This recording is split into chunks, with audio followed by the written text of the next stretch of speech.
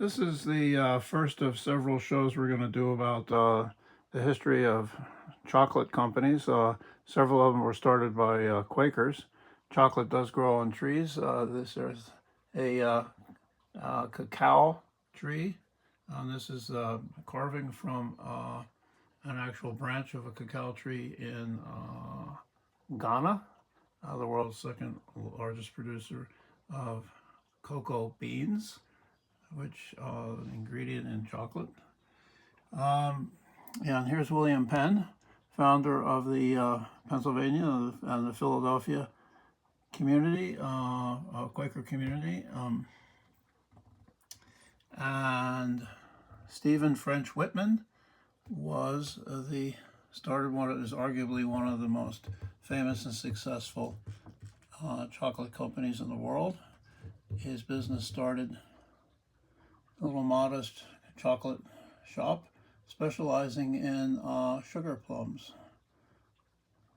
It grew pretty quickly to become a large manufacturing operation in Philadelphia, and his retail shop was very elegant. You can see it there. This is the late 19th century, and I'm going to try to see if I can move on. So their most successful product was the Whitman sampler. It was employee Walter Sharp who came up with this idea of dividing the box and showing on the lid what each one was, and there's frequently two layers. You can see there.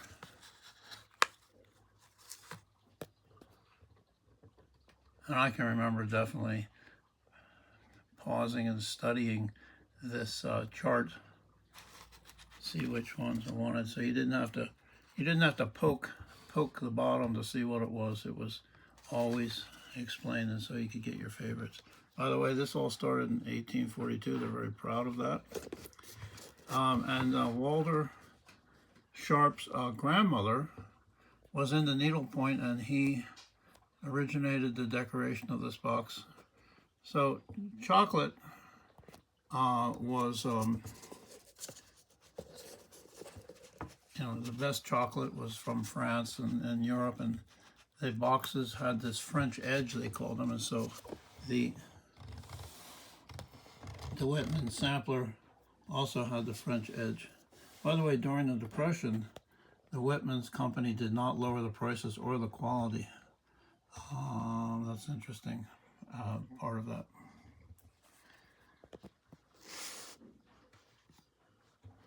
So here's a picture of some of the different chocolates that they offered. And they were big on advertising. They were one of the largest advertisers and promotion companies. And they were also the first to use cellophane.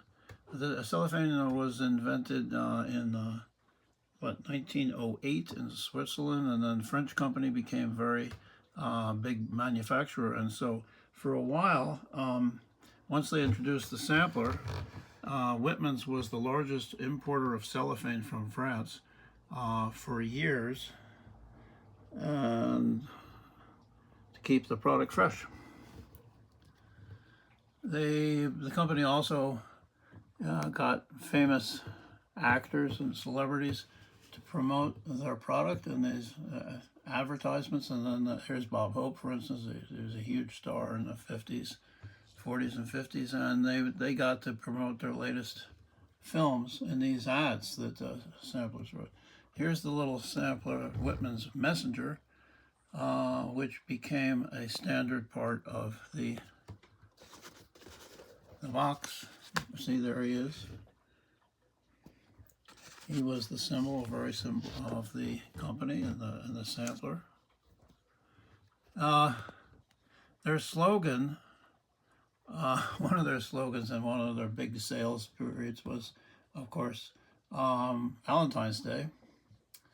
And their slogan was, "A woman never forgets the man who remembers." to bring a Whitman sampler. During World War II, this company, what, 6 million pounds of chocolates were sent over to servicemen, and frequently the women who were packing the boxes put little personal notes in, and some of these resulted in a relationship and marriage.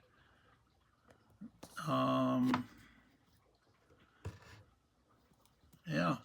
So growing up on the Jersey side of Philadelphia, we would go across the Ben Franklin Bridge, and the first thing you came to when you on the other side, on the Philadelphia side, was the Whitman's factory.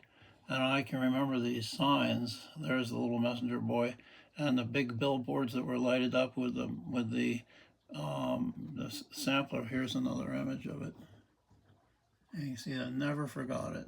This building doesn't exist anymore, but certainly the signs and the product are part of my food memory and my heritage.